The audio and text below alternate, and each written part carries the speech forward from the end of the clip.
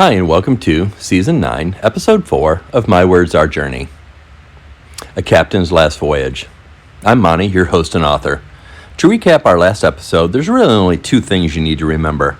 One, a demand for $1.7 billion was made. And two, Camp and Melvin think they might have a way out of this situation using the company's pension fund. Let's see what happens next, starting with Chapter 17, Choices. Lunch was ordered in. The men had been going over and over the numbers, how they could make it work. Was it plausible to believe no one would notice the missing funds until they were replaced? Hopefully. All good questions, no easy answers, but the pension fund was their only option. They had less than 5 minutes to figure it out. Kit had found Captain Sib, just as he knew she would. They sat at the same table they had sat at the night before. Kids played. Wives tanned, while dads lied about their golf games, their jobs, and whatever else they thought might impress the strangers they'd most likely never see again. At the bottom of the hour, Sib called the number. On the second ring, the voice of Camp Stevens confidently said, "Hello, this is Camp." Kit had given the captain new index cards. "You've had your 24 hours. What's your answer?" Short and to the point. What assurances do we have that our staff and families will be taken care of, not harmed? That the information you have will not be given out or spoken of again? The second card was ready for just such a question. Kit was impressed with Sib's strong voice when he replied, "You don't, and there's nothing I can say that will convince you 100%. I can tell you with certainty if the money is not paid, the events to follow will not be able to be paused or interrupted. Harm and secrets revealed will be on you and Melvin." Your answer? There was the briefest of pauses that caused Kit to shift on her stool. "Yes, we have the funds." The two had been holding their breaths, waiting for the answer. When they heard it, they both let out a sigh.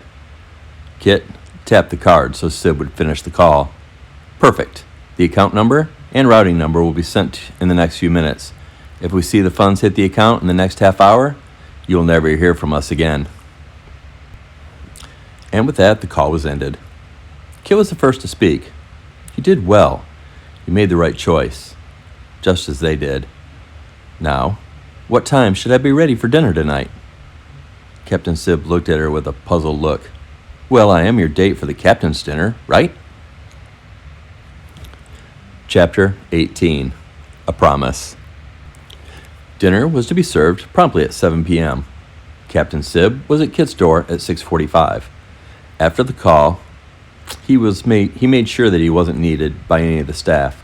Then he found his way back to his room, where he poured a drink and thanked whoever might be listening above that the call went the way it did. He didn't know what had happened in those cities, or with that guy that he had to mention his name. He was okay with that. Resolved to the fact that he'd be putting up with Kit for the remainder of the voyage, he told himself things could be worse. She was, after all, very attractive, and now really, really wealthy. When the door opened, she invited him in for a quick drink before they would head to the party in his honor.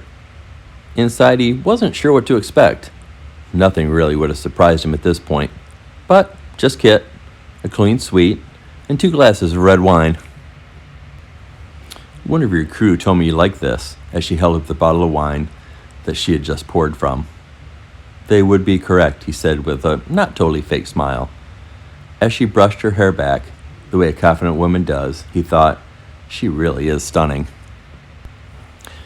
Timothy and Tiffany had each done a shot before heading to dinner. They would not be sitting at the captain's table, and they were okay with that. The day had gone according to plan. The money had hit the account 18 minutes after the routing information was sent.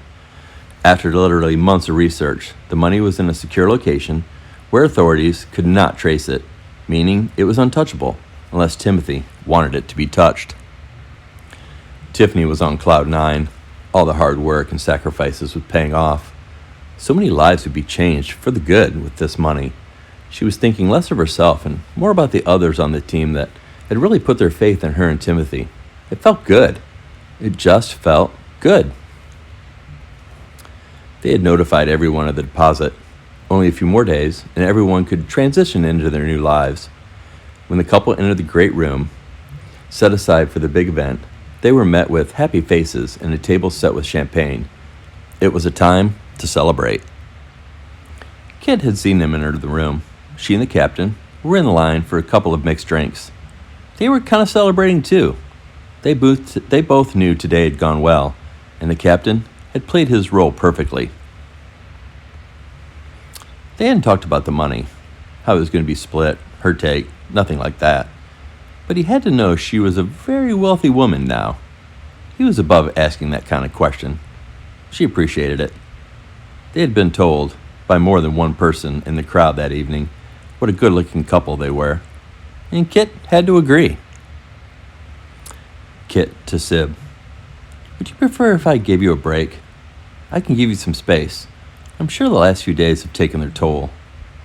To his credit, the captain smiled and said, It's time for my speech. I'd prefer you sit at the captain's table. Then we have dinner and drinks. Who knows? Maybe we can hit the dance floor. With that, he began his walk to the stage, a stage he had graced many times over the years. His speech was always the same, but a little different for those that might be on their second, third, or fourth trip on the ship. He would begin with a warm welcome, followed by a heartfelt thank you, and then a little about what they'd be dining on that evening, how some of his favorite spirits paired with each course.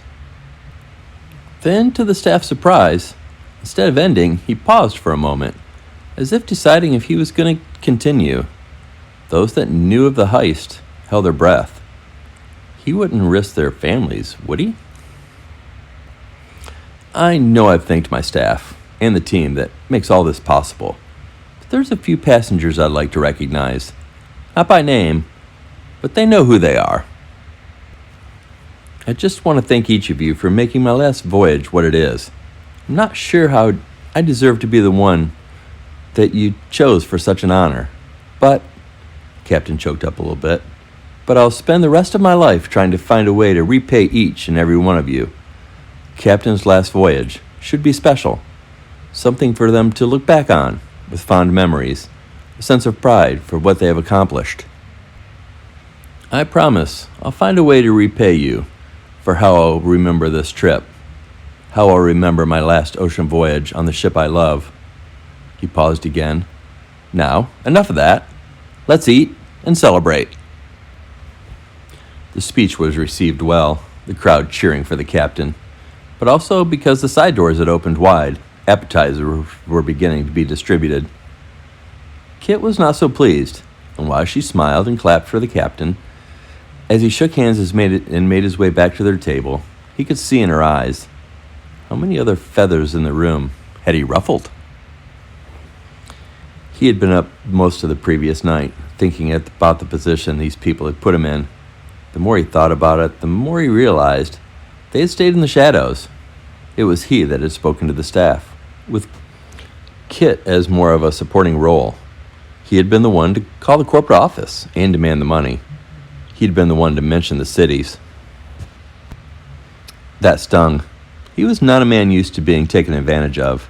His reputation as a good, strong captain had been threatened. He had not decided until the last minute if he was going to make the call or not.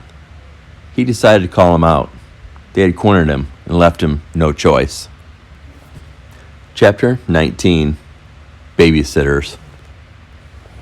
It was well past 11 when the last guest crossed the threshold out of the banquet hall. It was a tradition that the captain stayed until the last guest retired. So he and Kit were the last remaining in the room. The staff had cleaned up what they could, and the rest would be finished in the morning. Captain Sib took a seat next to Kit, who was finishing off the last of her drink. She was tipsy, but far from drunk. Her table companion took a long draw of his beer and then finished off a rum and coke.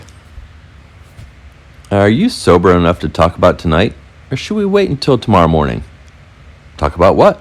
I made a promise. I always keep my promises. So tomorrow then? Kit stood to show the evening was over. I'm fine. Let's hear what you have to say. Well, let's see. First, I thought things were going well. Why would you jeopardize that? What good do you possibly think could come from you threatening us? Do you think your staff is thrilled with your decision? I don't really have a good answer. I guess it's just in my DNA. I felt cornered, and I lashed out. You did, and we're not pleased. You're lucky it's not in our DNA to act swiftly. I think you need to consider Maddie and Claire before you pull another stunt like that. Makes us think we can't trust you. Can we trust you to see this through, Sib? There was a pause that didn't sit well with her. She sent a quick text. Sib turned in his seat a little bit, thinking that pause may have started something. A moment later, she got a response to her text. After reading it, she looked at Sib and said, "It's been decided you need to understand how this works. Check your phone." Reluctantly, he took his phone out of his breast pocket. "What am I looking for?" "It's coming." When he read the words, his heart skipped a beat, and it felt like he had been kicked in the stomach. "Your funds have been received. Your new balance is $28,517.28. Thank you for choosing Alcott Bank and Trust of Switzerland." Kit spoke. "At some point, your lovely daughter will wake with a large sum of money in her account as well as a trust set up for Maddie. Authorities will not have to dig very deep to find tracking devices, files on top of files regarding the top employees of Lentwood, and Google searches on everything from bombs to extortion. Your new home? Well, it has a couple new vehicles in the driveway, all bought online and electronically signed. Your signature, your driver's license, all paid in cash recently." A moment later, Drew and Stanley, two of the captain's most trusted staff members, entered the room. "Perfect timing, gentlemen." "Sib, when I'm not with you, one of these two men will be. You are not to have access to a phone or any type of communication device. You're not to speak to any of the staff members about any of this. Drew and Stanley will be ensuring the remainder of the trip goes smoothly. Consider them your babysitters until we reach our final destination." Your speech put their families at risk, and I'm guessing they're not very pleased with your decision. The pair did not look thrilled to be in the room, but from their demeanor, they saw Captain Sib as the cause. That was good for Kit and her friends. "Well, I'll leave you to it. Sib, let's plan dinner around 6:30. I think it's expected at this point, don't you?" Without waiting for an answer, she was gone. Leaning forward, putting his head in his hands, all he could say was, "What a mess." Chapter 20. Dreams.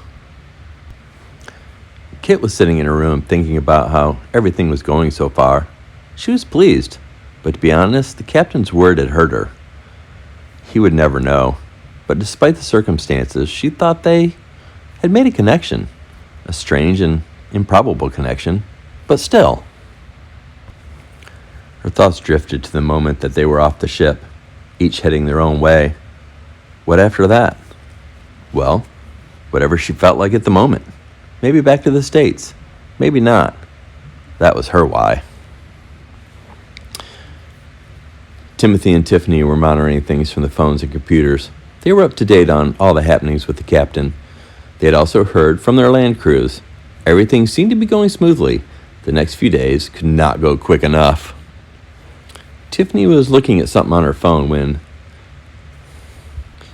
Timothy jumped on the bed next to her. She didn't try to hide what she was searching. They had had the conversation. "Baby names, huh? Well, if we can survive the next couple days, you can have all the kids you want, as long as I get to name the pets." "Deal," Tiffany giggled. They had big dreams for a big family on a big piece of land. But first, they agreed they'd like to travel. They had watched all the travel and reality shows that showed so many beautiful places. They wanted to visit them all. They sometimes joked. They were a perfect match, a nomad and a gypsy. Andrea, too, had thought about what she would do if this really worked. Her dreams were a little simpler than the others. She wanted to pay off her parents' home. They were getting older, and she'd love nothing better for them to be rid of the monthly payment that took so much of their Social Security. A home for her would be built on the same property.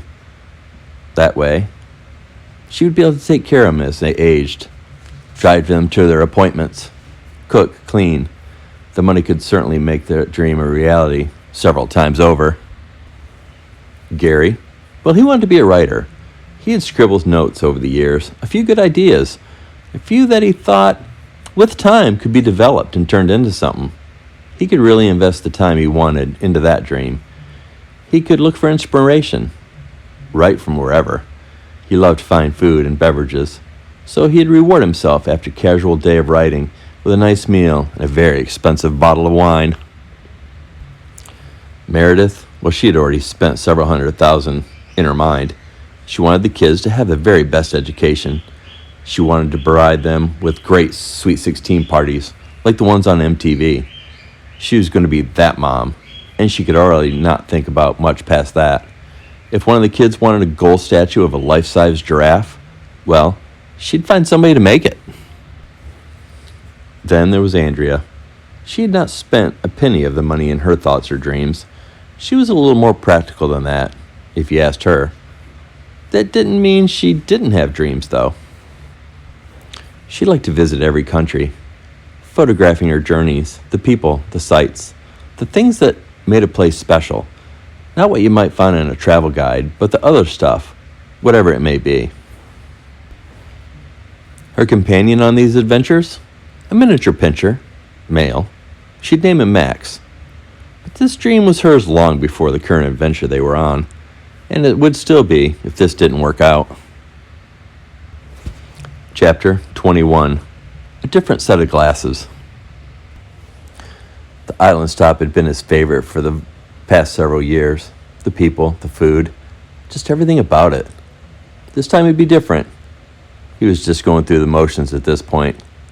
There was no plan to visit Sabores, easily his favorite spot, best sandwiches in the city, bar none.